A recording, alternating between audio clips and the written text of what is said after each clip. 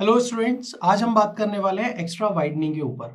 Extra widening क्या होती है, कैसे होती है, कहाँ प्रोवाइड की जाती है, उसको समझने की कोशिश करते हैं। बेसिकली जब हम बात कर रहे होते हैं हॉरिजेंटल कर्व की, रोड में जो हॉरिजेंटल कर्व आती है वहां पे हम इसको प्रोवाइड कर रहे होते हैं, एक्स्ट्रा वाइडनिंग को प्रोवाइड कर रहे होते हैं। बिकॉज क्या होता है कई बार कि जो रेयर व्हील होते हैं वो कभी भी फॉलो नहीं करते हैं आपके फ्रंट व्हील को टर्निंग के टाइम पे ना। अगर आप स्ट्रेट लाइन पे है, ये आपके चार टायर है ना, ये आपके चार टायर है, तो आपके स्ट्रेट रोड पे तो ये आपको फॉलो करेंगे। बट जैसे ही टर्निंग आएगी ये इधर हो जाएंगे, बट ये कहीं ना कहीं समहाउ स्ट्रेट ही रहेंगे। तो इस कंडीशन में ड्राइवर एक साइकोलॉजिकली भी एक एक चैलेंजिंग पोजीशन में रहता है कि वो थोड़ा सा अपने व्हीकल को थोड़ा सा अवे रख सके किसी भी टाइप के ऑब्जेक्ट से। तो उस कंडीशन में जब आप कोई एक एक्स्ट्रा स्पेस प्रोवाइड करा रहे होते हो या फिर बोले तो चौड़ीकरण कर रहे होते हो आप किसी एक रेफरेंस के अबाउट, अब कौन कौन से दो रेफरेंस होंगे वो हम बाद में बात करेंगे। तो उस कंडीशन में हम क्या बोलते हैं, एक्स्ट्रा वाइडनिंग बोलते हैं। अब एक्स्ट्रा वाइडनिंग किस तरीके से प्रोवाइड की जाती है, दो चीजों का समीशन होता है। क्या देखेंगे, extra widening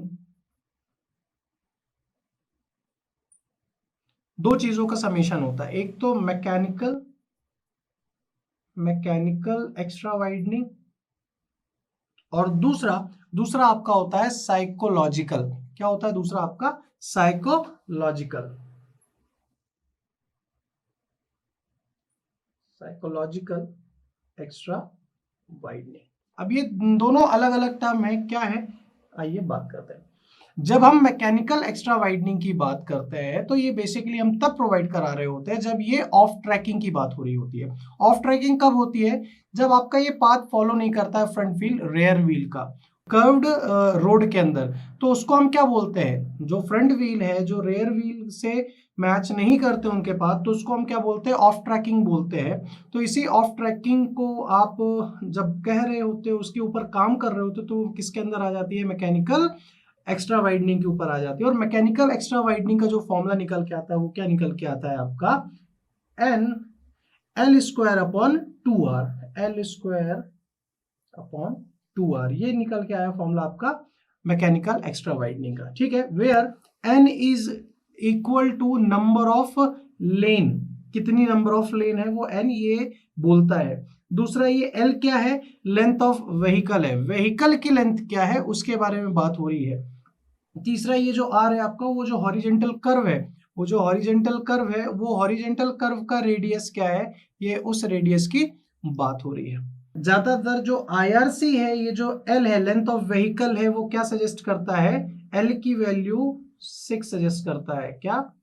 length of vehicle, ये आईआरसी सजेस्ट करता है ना, length of vehicle, R radius of horizontal curve, and n stands for number of lane।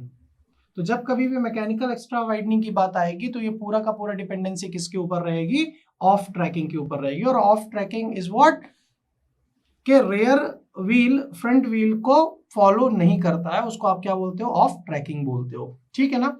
अब साइकोलॉजिकल एक्स्ट्रा वाइडनिंग क्या होती है, ये बेसिकली एक ड्राइवर की साइकोलॉजी रहती है कि वो एक व्हील को दूसरे व्हील से कितना दूर कर सके। तो उस कंडीशन में जो इसका फॉर्मूला बनता है वो क्या होता है, v is equal to 9.5 under root capital R। ठीक है। अब ये आपका क्या कहलाता है, extra widening, which is the summation of mechanical and psychological extra widening. Mechanical extra widening is nothing but the NL square upon 2R, and the psychological extra widening is V upon 9.5 under root R, and V is in kilometre per hour.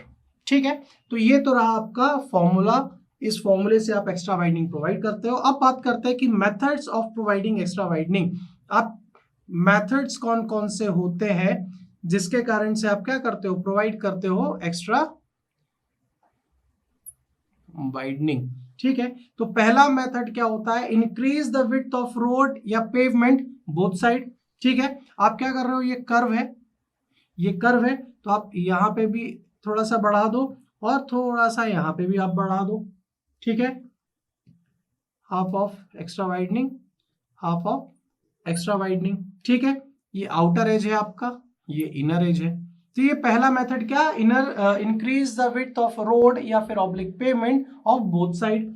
दूसरा जहां पे hilly areas है, जहां पे आप restricted है, तो वहां पे आप क्या करते हो, जो आपका कर्व है, जो इनर एज है, उस इनर एज से आप क्या करते हो, एक्स्ट्रा वाइडनिंग यहाँ पे इंक्रीज कर देते हो हिली एरियाज में, क्योंकि आप रिस्ट्रिक्टेड है ना, या तो पहाड़ है, हिल है, यही वाला पोर्शन बचा जिस पे आप क्या हो, डिपेंडेंट हो।